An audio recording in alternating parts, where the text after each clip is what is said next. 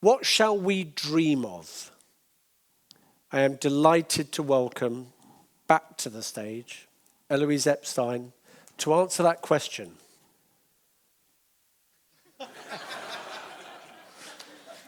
Do androids dream of digital procurement? Elouise, the floor is yours. So February 20th of this year, on a cold and rainy night in San Francisco, I experienced the future now. I took my first robo-taxi, and it was a mind-blowing experience. It's a little app.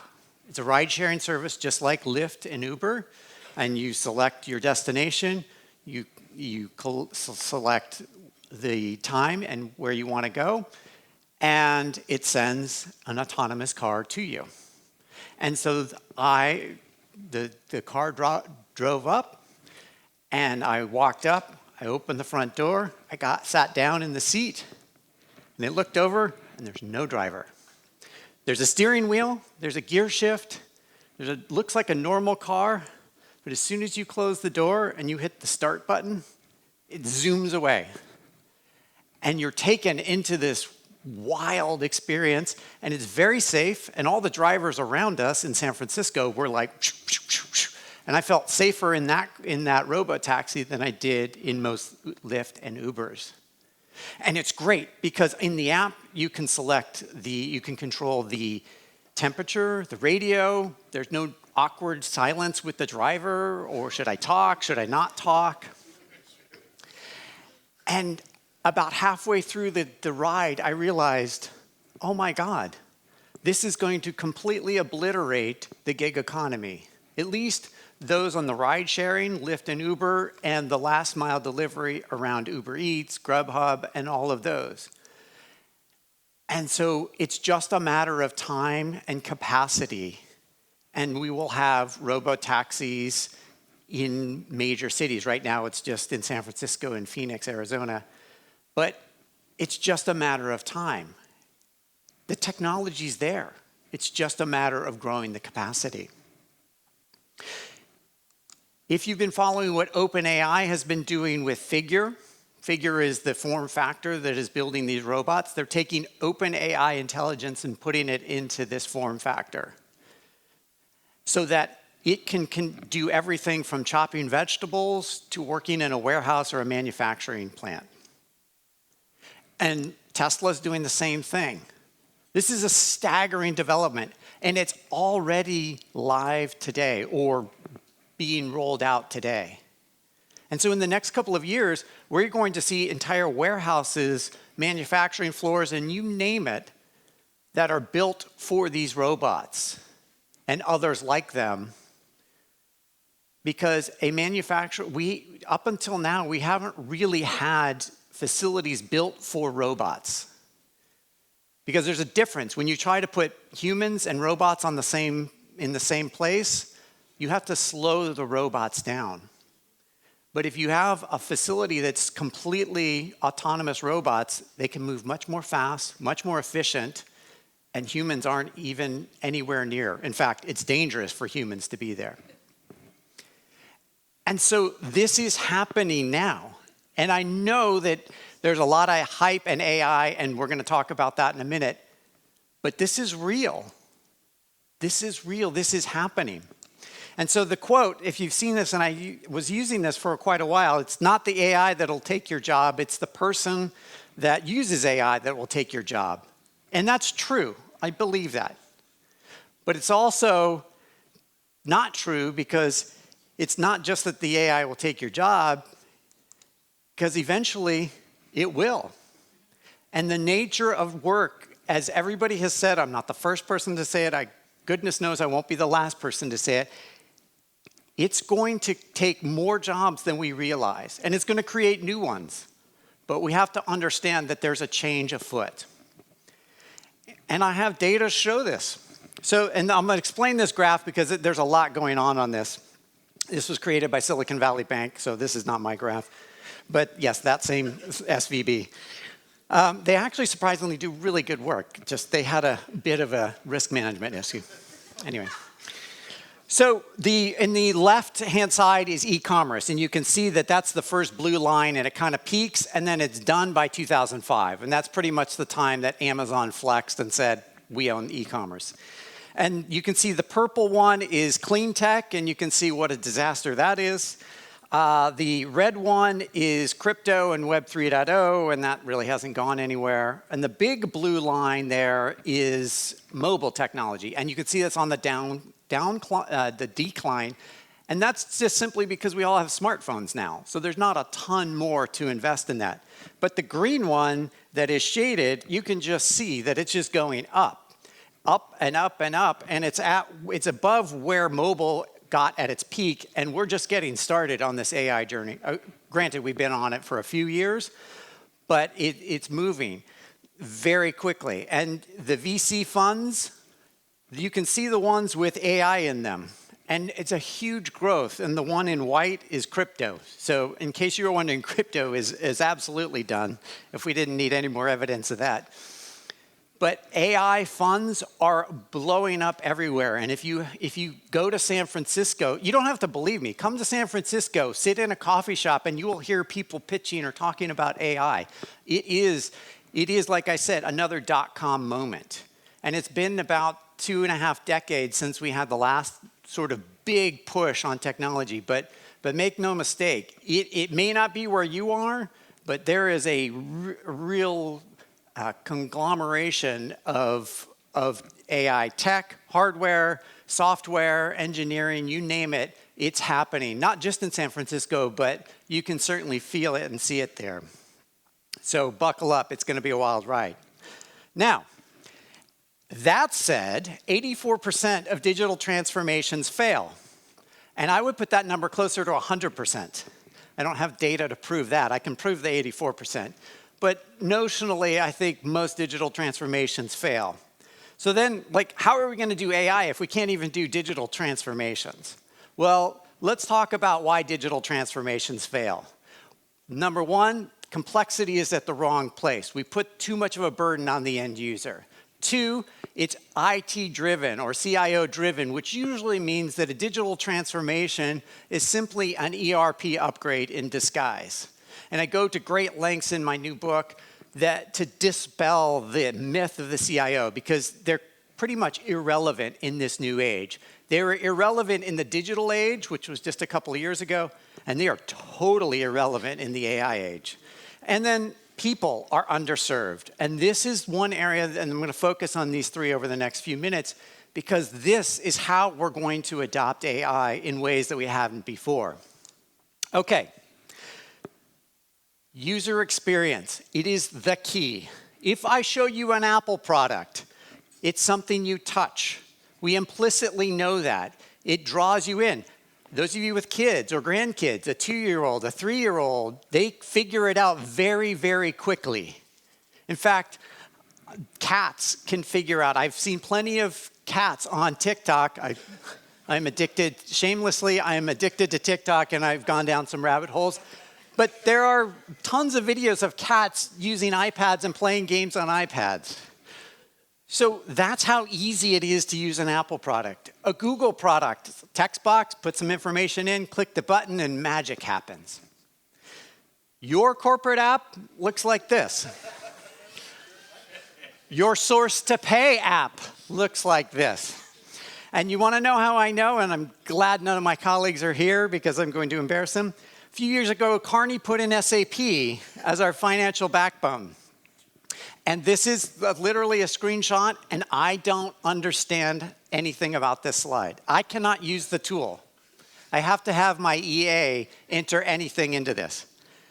And I spend every day studying how humans use digital technology. Every day. Every interaction, where I go to the airport, I go get in a cab, whatever, I'm always watching how people use technology, and I can't figure this out. How embarrassing is that? For SAP, not for me, I'm not embarrassed. And part of this is the technology, quite literally, was developed in the late 90s and early 2000s, and they're just repackaging it under different cloud or AI or whatever. So we have to think about better user experiences. All right, speaking of complicated user experiences, this is your typical requisition process. This is why the business hates procurement. Because as a business user, I submit a request and it goes through this complicated process.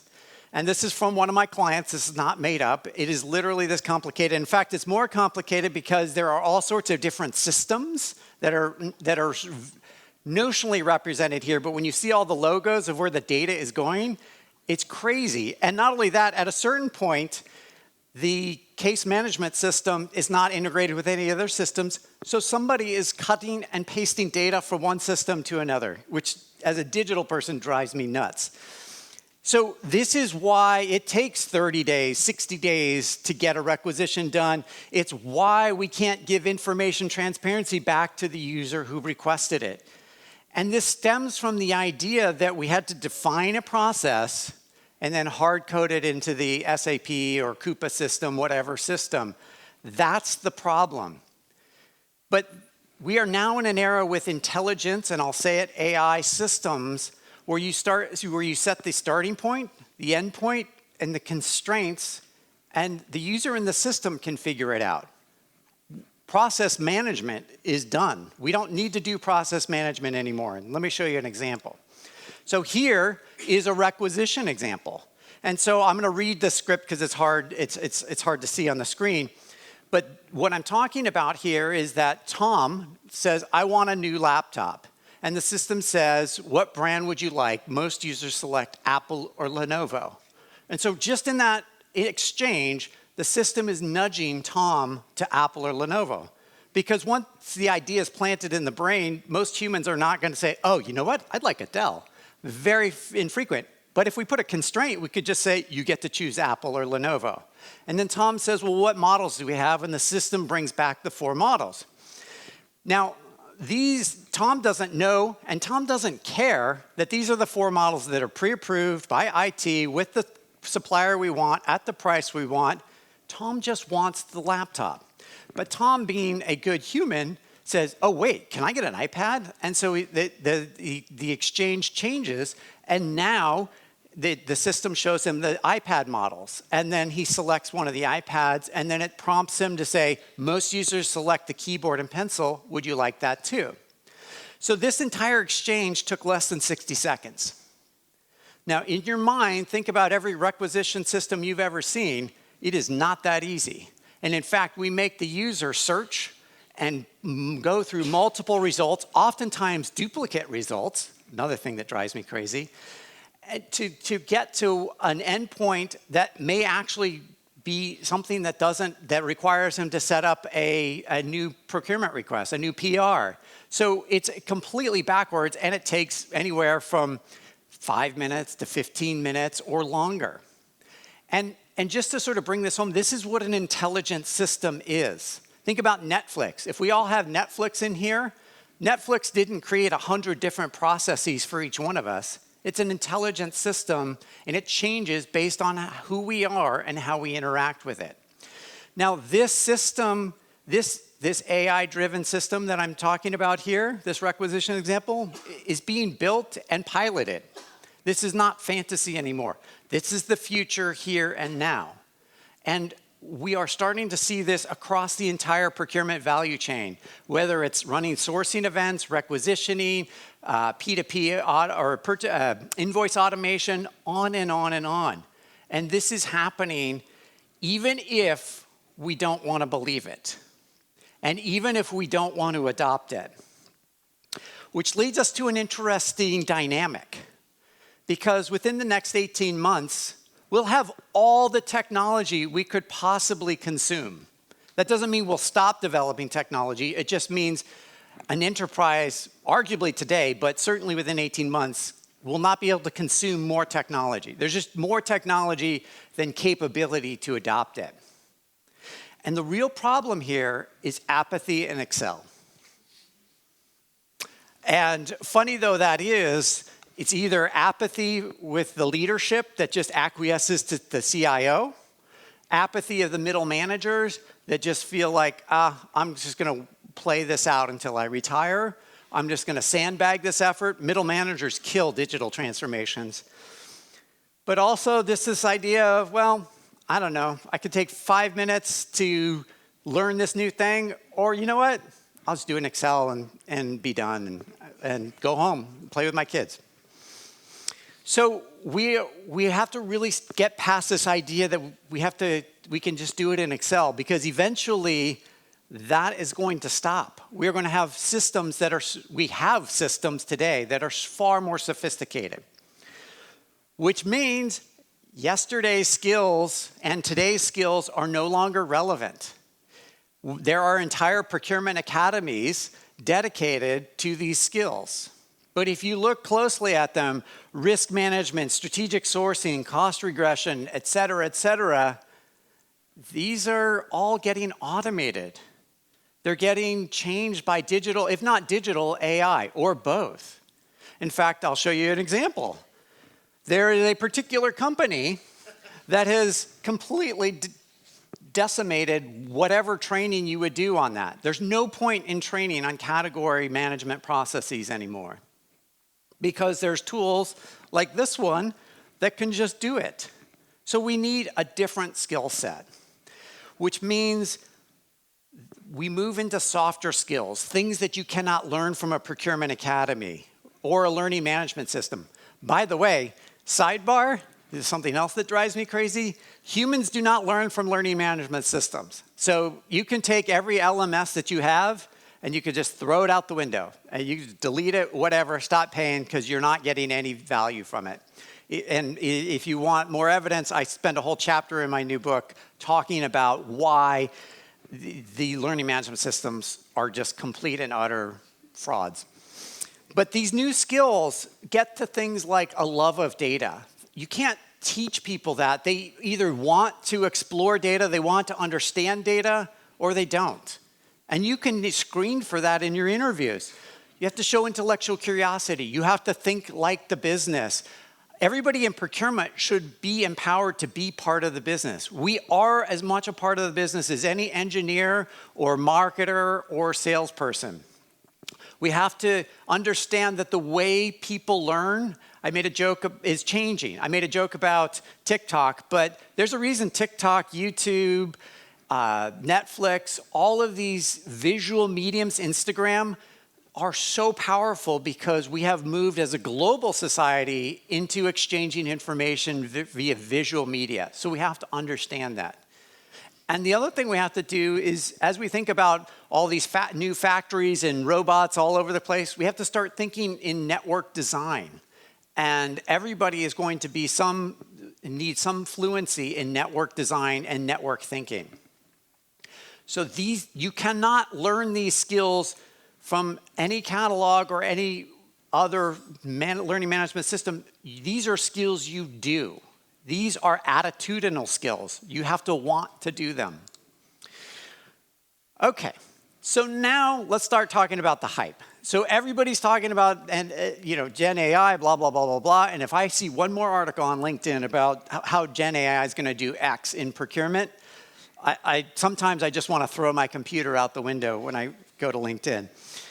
And so and I know I've talked about AI a lot already, I want you to know that I'm putting my money where my mouth is. So I'm not talking about it, I'm actually doing it. And so I started a new series on YouTube called Gen Xer, which I'm older, I'm a Gen Xer, versus Gen AI.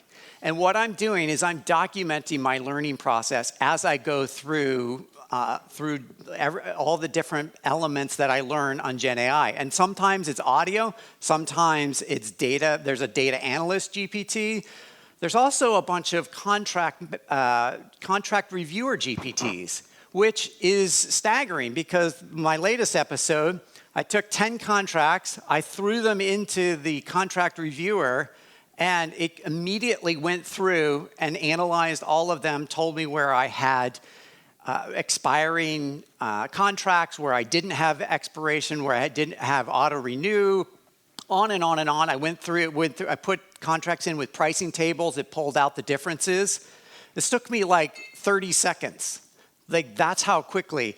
And so you start to see just the power of this. Even just on a whim, I said, oh, create a new contract for X with Y, and it just spit the contract right out, which means CLMs are dead. Like I keep saying, like hear me when I say these ideas that are sacrosanct, they're going to go away very quickly. And that's the reason that I'm doing this. And I like to joke that I make myself look stupid so you don't have to. And I'm going to repeat this a few more times. You have to do this. You can't talk about it. You can't read about it. You have to do it. And for $20 a month, you have the power of massive amounts of human knowledge, at least Western English human knowledge and capability. And you would be surprised the productivity tools that are out there, not just creating images and songs, although there is that. By the way, as I was flying here, somebody sent me a bunch of AI songs about me and my fight with SAP. So I'll post those at some point. That was pretty funny.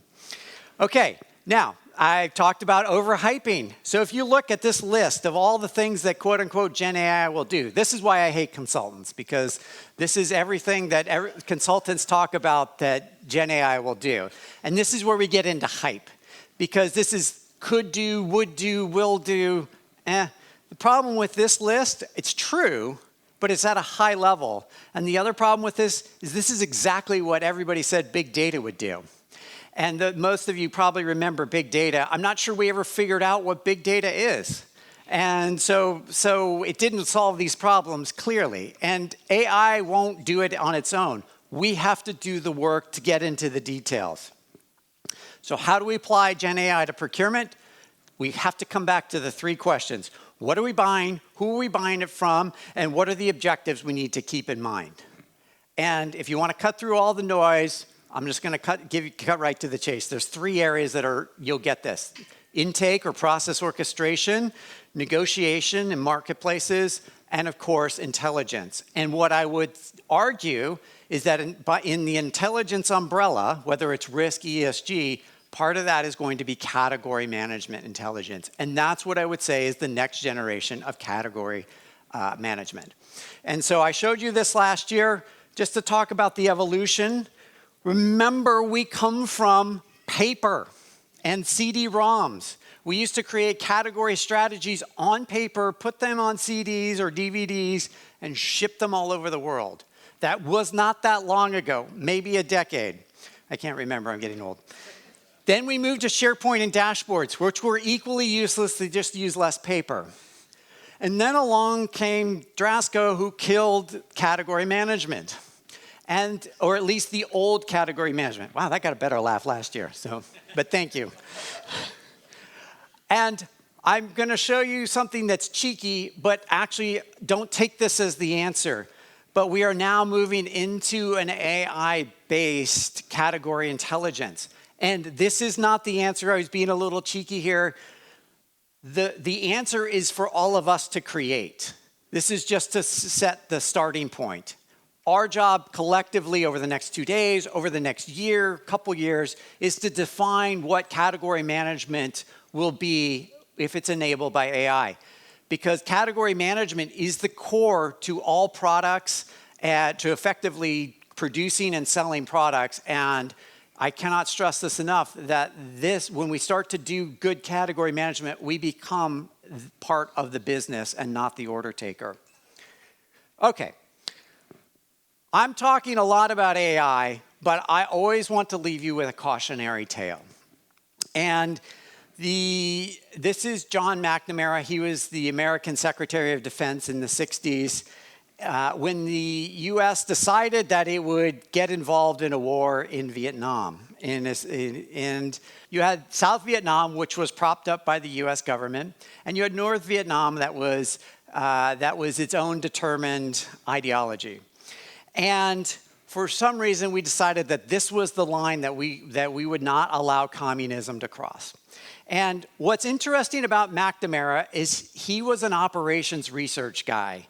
And he came from Ford, where he brought KPIs, metrics, a data analyst way of operating. It had a lot of success. If you fly into Detroit Airport, it's called McNamara Airport. So an interesting fellow. So he thought you could conduct war by metrics. Turns out he was wrong. And so for him, the progress was measured by number of people killed and amount of supplies disrupted, so trucks that got blown up. And you can see the Ho Chi Minh Trail, which is in red, and that was the main supply line for the North Vietnamese to feed the South Viet, or to bring their forces down into the South. And so, like any good numbers person, the US military decided that, okay, what we're gonna do is just bomb the Ho Chi Minh Trail. And this is what it looked like. And you can see the trail, and you can see all the crater marks. And over the course of all the Vietnam War, the US dropped 5 million tons of bombs on Vietnam into jungles like this. And that doesn't count napalm and other chemical agents. 5 million tons, which I can't even put that into an analogy. It's just a lot of wasted bombs because it's not disrupting anything. But the reason I mention this is because the way we set it up is that the Army and the Air Force would drop sensors all over the Ho Chi Minh Trail because it was used predominantly at night. And they couldn't see at night very well. So he put sensors, and there were ground sensors and seismic sensors. There was even sensors to detect urine. Like, we had all these sensors and all this data coming in. And when the sensors were tripped, they would fire up these jets, and they'd bomb right where they expected the North Vietnamese to be. And you would think this is a great example of technology, and we're going to get the kills. And what happened is you started to get numbers that's in 1966 to 1967, there's 7,100 trucks blown up, and trucks look like this on the Ho Chi Minh Trail. And by 1970 to 70, 9-month period from late 1970 to mid-1971, the number was 25,000 trucks were bombed on the Ho Chi Minh Trail. Now, if that were true, now this starts to get into problems with statistics, because if that were true, then the entire Ho Chi Minh Trail would be littered with truck carcasses, which would have been impossible. And it has got to a deeper truth about all of the metrics that were being collected. What turns out is both the number of enemy killed and the trucks bombed were being double counted or inflated, or in some cases just made up. Which, interestingly, these are numbers, or these are words that are used to describe procurement savings. So just sidebar on that. So think about that. When people don't believe us on what we do, keep that in mind. And so there's two explanations for this. Either we did not actually bomb 25,000 trucks, and somebody may have double counted or lied outright, or there's a monster roaming the jungles of Vietnam known as the Great Laotian Truck Monster that would eat these carcasses before daylight, and nobody could find them. So you get to decide which one it was. But this is a caution. No matter how much technology you have, the United States had a lot of hubris and a lot of ego around technology determinism. They thought we could bomb our way to success. We thought we could measure our way to success, and it turns out it didn't work out that way. So use this as a cautionary tale. No matter how much technology you have, there are going to be flaws, and we need to design it right. So to close, for next generation category management, you have the expertise. Everybody in this room has the expertise. You have the tools. What are you going to do with it? And I implore you to do something. Get started, take a journey, learn something, try AI, take a robo-taxi, do whatever. But we have to stop talking about it and start doing it. Thank you.